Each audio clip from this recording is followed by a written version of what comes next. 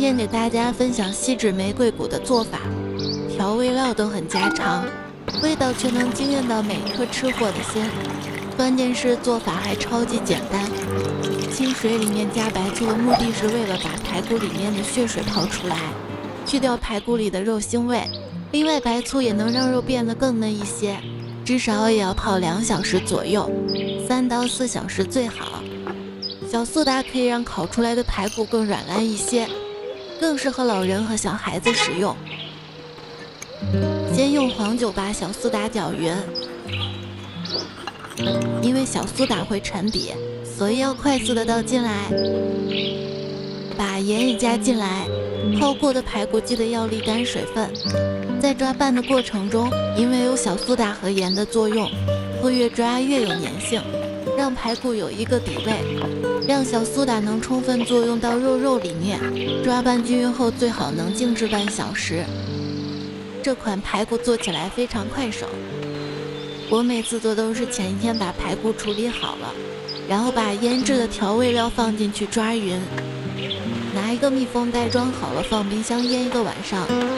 第2天取出来烤上就搞定。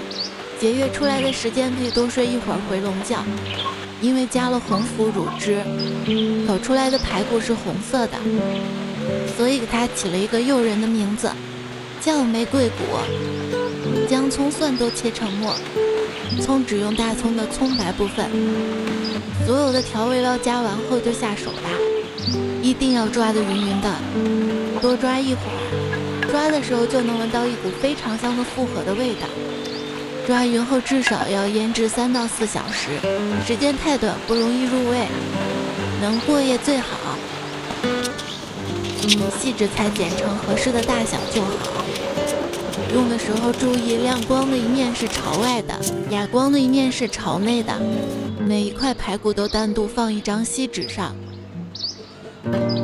再放1小块黄油，2克左右就行，然后把锡纸包紧。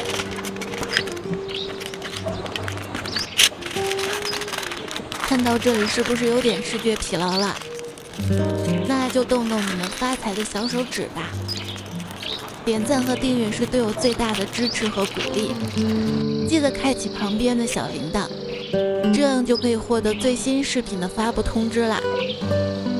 如果你们能给我留言，我会兴奋的不要的，这些都是鼓励我做下去的最大动力。烤箱上下火170摄氏度，预热后放入包好的排骨，烤20分钟，然后再调至上下火230摄氏度，烤15分钟就可以出炉啦。每家的烤箱脾气不同，大家注意调节烤箱的温度和时间。每次烤玫瑰骨的时候都是满屋的香气。慢慢的打开锡纸，一股浓烈的复合香气袭来，表面的油脂流淌，让人垂涎欲滴。这个时候最痛苦的是手里还拿着相机，女儿已经在旁边流口水了。好香